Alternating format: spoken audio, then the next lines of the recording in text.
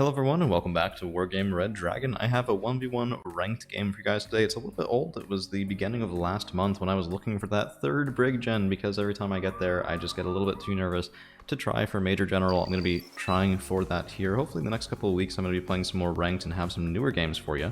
And for all I know I might be back down to Colonel instead of Brig Gen shortly for the newer games as well. So let's hope that doesn't happen. But in the meantime, here's what we got. We got Scandi Mac, and I'm playing on 1v1 Patty from top side, which is my much less favorite side, shall we say. And we're just getting a look at the Lieutenant Colonel Cap Ledupes opener. And I've played this guy a couple of times before, and I'm sure if the title's anything like what I want it to be, you guys might have some questions as this game gets underway, because, you know, everyone has something that just drives them nutty in this game. From what I've seen, everyone has something, and it might not always be the same thing. It might be splitting, it might be plane trains, it might be, oh my goodness, I just can't deal with those super heavies. I mean, hate the infantry grind. I've heard it all. I've heard I hate mortars, I've heard I hate 10 HE, I've heard I hate 7 HE, I hate MLRS, all these different things, and you guys are about to see today something that made me play on tilt as this game gets underway here. Volkskomjageri, Gewehrman, and NM135s. I don't take these in unspec, but I do in Mech Veterancy, where they have the same gun as the French VAB T2013. And, you know, so far in this opener, I wasn't feeling too bad here. Then we have Thermomig. And, you know, this didn't bother me. And it didn't bother me because, okay, I'm going to lose, you know, admittedly, a fair number of points of just militia. But that's sort of what they were there for, is to get me an idea of what I'm dealing with here. And it does say, probably on top, we have the M84AN, and checking the veterancy here, probably unspec, because I think those are shocks, and they're not at max vet.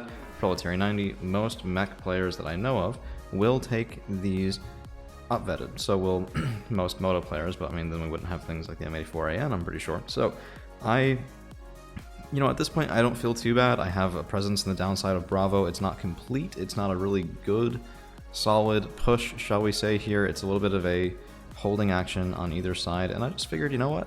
Let's just play that mech game. Let's grind in Bravo if we can. I have a lot of boxes. I have Ildstadtgruppe. And the intention at first was just, if he comes up here, Ildstadtgruppe are very, very good at defending right along this open space. So that was sort of the intention, is just to react, right? Which, you know, is maybe not the best. Keeping the initiative, being the one who's driving the game forward is often a very rewarding thing in this game, but I tend to find on the top side of this particular map, I struggle with that a little bit as Scandi Mac, just because if my opponent pushes into triangle, or if they push into square, like, it's a lot. And right here we have the start of what just really grinds my gears. MiG-29 912As, 2 Thermomigs, 1-2, and let's see. Just, okay, I mean, this town is gone, I'm getting shot here, my Gewehrman and Volkskomjageri are not going to be long for this world, and with 2 planes that I didn't have a good answer to, I've now lost an entire middle zone, a zone that often can determine who wins and who loses on this map. There's Specialny here, there's a Moderna, I don't have a way to deal with the Moderna like I thought. My infantry are getting shot in the open, and seeing that double Thermomig, I was just sitting there going, you know what, this is going to be one of those games that just grinds my gears. And M84AN, Specialny, I've seen, as I said, I played against this guy before, and one of my least favorite things is when people do like this little, they'll inch forward a little bit at a time, and then whenever they see anything at all, they'll just carpet bomb it. It's not always Thermomig, sometimes it's IL-102s if you're playing against USSR, sometimes it's all manner of things. I've seen, you know, you can't move an inch until you get Nighthawks, right? I've had people Nighthawk line infantry because their Nighthawk was ready, and that's what happened. And it might not sound bad, it might sound like a waste, as, you know, you just think, okay, well, Nighthawk's very expensive, line infantry isn't, but it builds up over time if you can't punish the Nighthawk. And right here, my CV by an alpha has prevented me from getting something like an ASF up. I figured I had time, and I figured wrong. So the Thermomig, if it doesn't take damage, is usually going to be ready to fly in again around the time that that smoke disappears, and the smoke is gone. So that Thermomig could come in any second, and 1-2, there it is.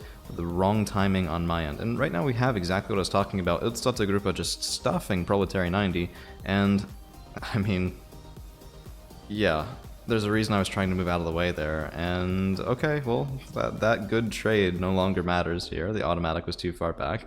I even have LLRKT because, you know, I often do underbuy anti-air, but here I have 2 man pads, I have an automatic, and the problem is not that I don't have any anti-air, it's that I don't have the right kind. I don't have dedicated anti-plane. I don't have something like the Hawkios because I don't usually take it in Scandi Mech. I tend to rely on the automatic, the LVKV90, both of these really good options, especially with the LLRKTs to back them up. But this is a game of counters to a certain extent, and I bought the wrong unit for the job, and especially, you know, it's been about 5 minutes now since we've seen those thermomigs come out, and I just haven't responded correctly, and this is something that I've seen a couple times recently, actually, when I was watching people play the last couple of days. I've really seen it just ruin people when you know what you should buy to deal with what your opponent's doing, and you don't, and you just sort of let them get away with it for a while because, well, okay, but if I don't buy something else, then maybe I won't get tick, then maybe I won't get anything like that. Like, it's a high pressure thing. It's a hard thing sometimes to make that decision correctly. And so here, Beacon 1A should be firing. It's not. And my opponent, just sort of like I said earlier, he's not really trying to push me here. He's waiting for those thermomigs to be back up, which they will be any second if they're not already. And he's just going to find something and then go for it. And thermomig it twice and everything nearby dies. And, you know, I figured let's give a little bit of that back with the block 5 and we get a bit of a low roll. So M84AN is 2 top armor. Usually, I would expect to get the kill here. Usually the planes that you don't get the kill against are 4 top.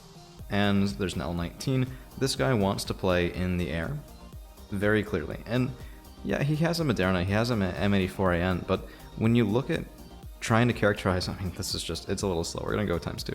When you look at trying to characterize how somebody plays, you look at what they buy at the start, sure, but also how they try to develop the game. And this guy is trying to develop the game by just being point, click, everything gone. So automatic there gets a little bit of a tag, but not quite enough, and now he knows I have it here. I mean, that it's that far up, and it did still get even that little bit of value again and again and again. That plane is going to pay for itself if it hasn't already, and that just makes it harder because everything after that is gravy for the person who's doing the just obnoxious plane stuff. So let's keep going here. L19 is circling, just trying to prevent me from calling in a block 5 unassisted, and this is something too you have to watch out for. It's kind of like that saying about, you know, don't fight somebody in the mud if they're already used to it. They'll drag you down to their level and beat you with experience, right?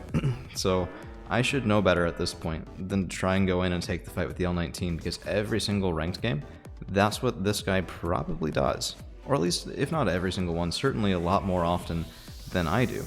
And so that 50-50 engagement, that sort of even thing where experience makes the difference, my opponent genuinely has it more than I do here. And that's not something to be underestimated, where the exact timing of clicking in the air, it really makes a big difference. The angle of approach, all sorts of those things are just really important. And this is a second L19, so we're keeping track now. The first was Evac Bingo. We've had 2 Thermomigs, we've had 2 L19s. This guy has not bought a lot on the ground just because he hasn't had the income to do it. The 2 L19s are 320 points alone, and that's over, well, I guess it's a little under 3 minutes, actually, yeah, 5 points under 3 minutes worth of income.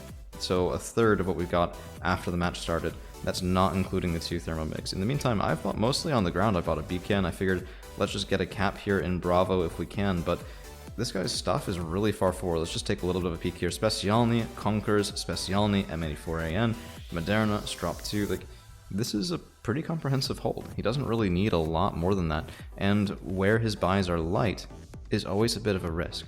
So from my perspective, I didn't see most of the stuff come in. We were watching this together. We didn't see the Shiloh. We didn't see the Conqueror's M. We saw the Moderna. We know the M84 is here, but we know that it survived, not where it went, right?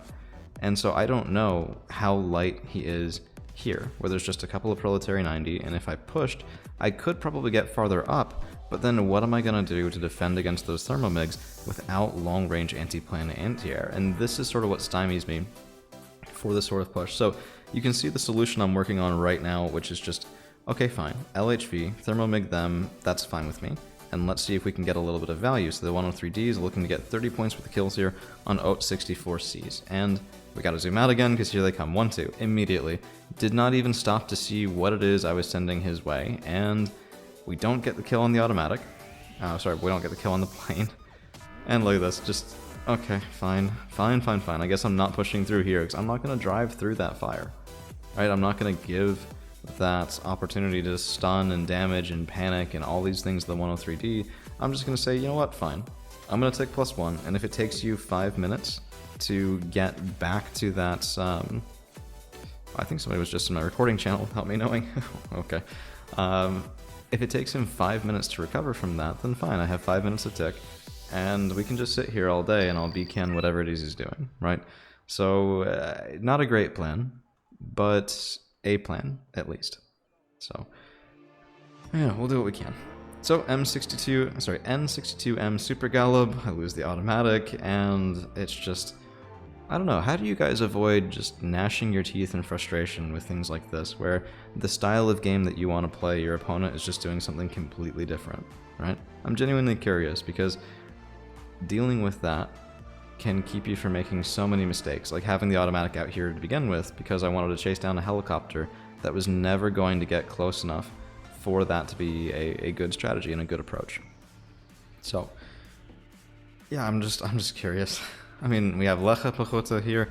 Good choice, honestly. Their long-range secondary will be pretty decent for defending that section, and I figured, fine, let's use a creative angle. Let's try and go in with 103D, see if we can pick something up.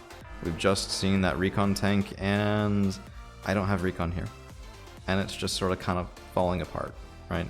Practice makes perfect, and I've never practiced this because I've very rarely been in this position. So, let's go back to +2 as we stare at a stalemate of a game a little bit more.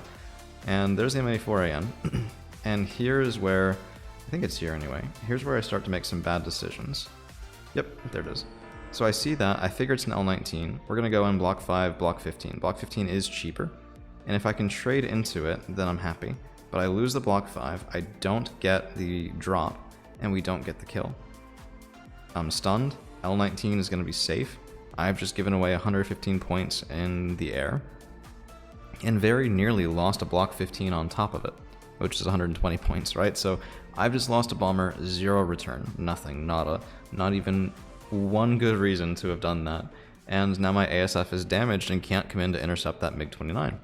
So, more thermo-MiGs, triple stack of Stormer CV9030N are going to get zoned out if I was going where he expected, and I guess that's one thing that went well here is I just didn't want to go where he wanted me to, right? So, little things. The little things in life make all the difference, and we're going to see how far it gets me, because keep in mind there is a second thermo-MiG, and right here I was trying to... Lecha are good, but they don't have a ton of armor piercing. So I was trying to see if I could get the CV9030N shooting, and then I backed up farther than I intended. I don't know. So rough. So rough. Just... Here it is. And where do you think it's going? Anything I try and do. Just sees a speck of blue, there it goes. Honestly, I should have pushed the LHV forward, because he probably would have dropped on top of the LHV. Right? Like... If your opponent's going to do something and you know he's going to do it, you may as well take advantage of it and make it work for you even just a little. So we do get a kill there, and zooming in to look at that carcass, it is M84AN. So at least there we finally do get something, and I haven't really been letting up with the BCAN. We're just shooting into this forest over and over and over and over and over.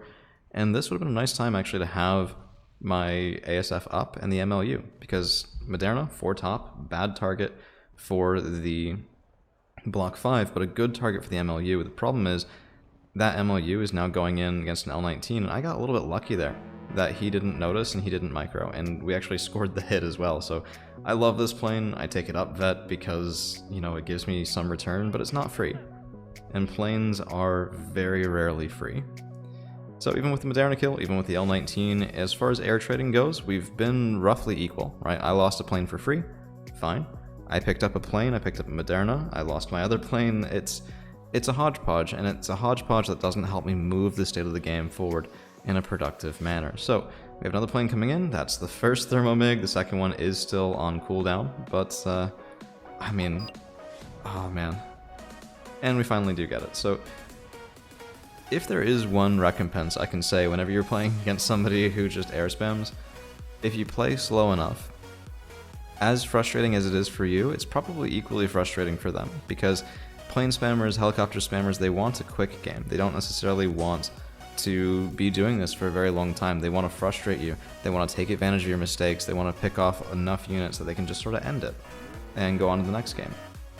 And so if you can force them to send in that plane enough times, even low probability events like getting a kill with double man pads, even with 70% accuracy, I mean, that still, they have to be in range for long enough to aim and fire and both hit against a plane with ECM. That will eventually happen. Eventually. Alright, and the question is, can you survive that long before the cost is too high for that eventually to mean anything for you? Yeah, goodness gracious.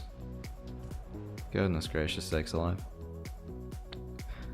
I know it would be a bad thing for the automatic to have longer range, but sometimes I really wish it did. And then I realized, nope, 2975 is more than enough against helicopters, against planes, everything like that. The reason the automatic's not a consistent kill here is because I take it down vet.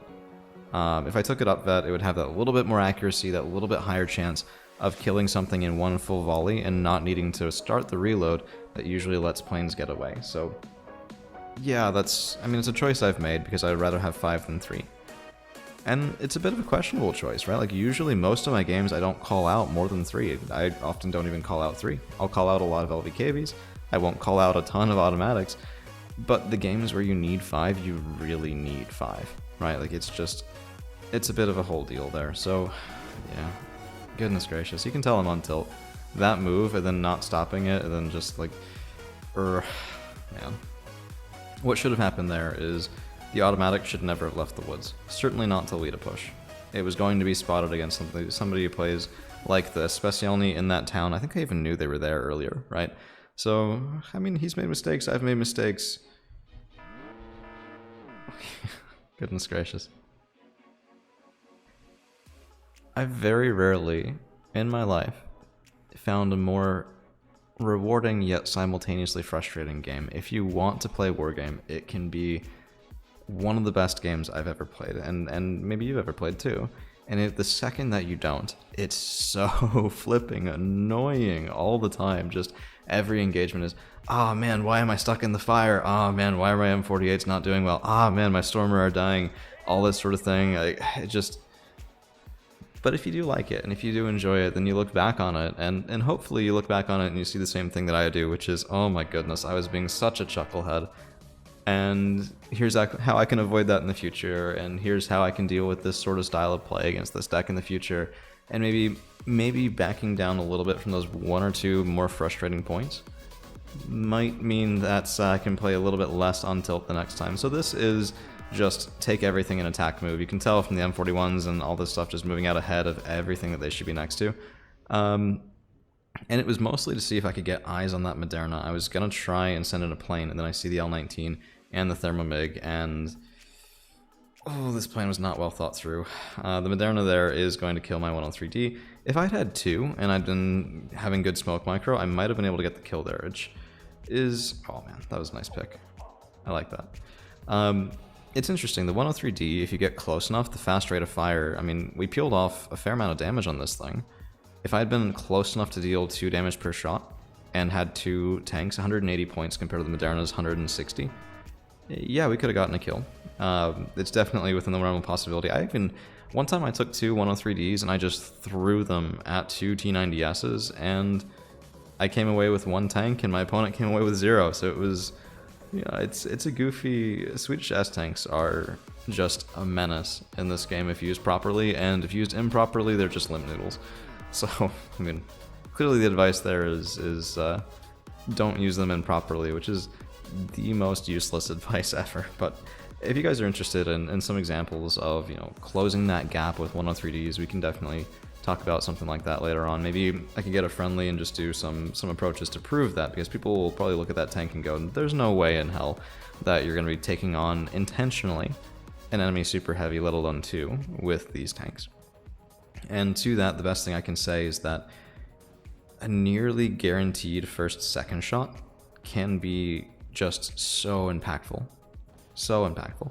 So here we have the Moderna. Fennec Toe 2 is at 2 missiles, and I was a little worried about that strop, so right now we're trying to stay out of line of sight here. Low hover, smoke, trying to block the line of sight there, which is a little bit goofy, but a unit on the ground from that angle, the smoke does have some elevation, and I thought maybe, just maybe, this can keep me hidden long enough, and there goes the Moderna. So that was just, oh man, probably my favorite moment from this entire match was the, let's see if we can make this blocker, and let's see if we can get a good return. And so you can see Captain Leduc is getting a little bit frustrated now. M91 AV Horde in the open, no real support, and it is pulled back nice, but it never should have been there without good smoke in the first place. And having a way to get just even a little bit of an idea on the temperature of your opponent's mindset, shall we say, is often a very nice thing. So that gave me a little bit of an indication of, hey, this could work, let's keep it up, let's, you know, not let this match make me want to throw in the towel, and maybe we're getting somewhere. And then just from a strategic overview sort of sense, Golf is for red, Bravo is for blue, but that was surprisingly cost effective. If I can figure out a way to kill that Vihor, then I might stand a chance here of retaking enough of Golf to make this a +1, and there's more than enough time for this. By the way, Lord Cake was because I was, goodness gracious, I forgot to explain this, my bad. I was hoping to run into Lord Pie, and I figured that if he's Lord of the Pies, then he might appreciate playing against the Lord of the Cakes. So that's what that was for, but yeah, just a little bit goofing around. So RBS on high ground, not always a good idea, but I just wanted a little bit more long-range punch to see if I could get something on that M91 AV Horde. These guys, 22 front is pretty respectable, for sure, but if you can split the direction of your missiles enough, like if that RBS had had time to come in where I could still see the enemy Vihor, there's a possibility that would have been a side shot. It would have been pretty nice. And I doubt you guys will believe the value that RBS in the open is about to get me here. M84AN going right up top. He's looking for my CV, trying to get a breakthrough, trying to get a good kill on me in Bravo. Or at least he will be. I might have given away the game there a little. Oof, my bad, guys. But he's about to go do that, and this RBS is just going to wait right here and try and have a good line of sight on everything. We're just buying more. It's RBS there, automatic here. We get a side shot with the automatic, and boom, down goes the Vihor. And now without those supers, now I have the tools as mech to sort of deal with this. Of course, nothing left in Bravo because I've been buying over in Golf for about 10 minutes straight, but I mean, hey, it hadn't cost me yet, and I figured maybe I could get away with it, and this is just beautiful. That was a right click, not an attack move. And thank you for showing me side. So, yeah, just most people when they do that, they'll attack move. When I push up here, usually I'll attack move. That whole move, I think, was intended to be a let's see if he can. See, he wanted to see if he could just forestall what probably felt like a bit of a tide, a bit of a timer for losing this zone, even with another Vihor. It probably felt like a fair amount of pressure, and understandably, right? So that's why the Padobranci are moving up here as well. 103D is going to get some damage, but not a ton, and these Ildstadte Gruppe are going to be right in time here. So I should be moving this back already. We get it right there the last possible second, Padobranci being Padobranci. But if I can protect this, and if I can get into the forest, then I'm pretty comfortable calling that probably game over.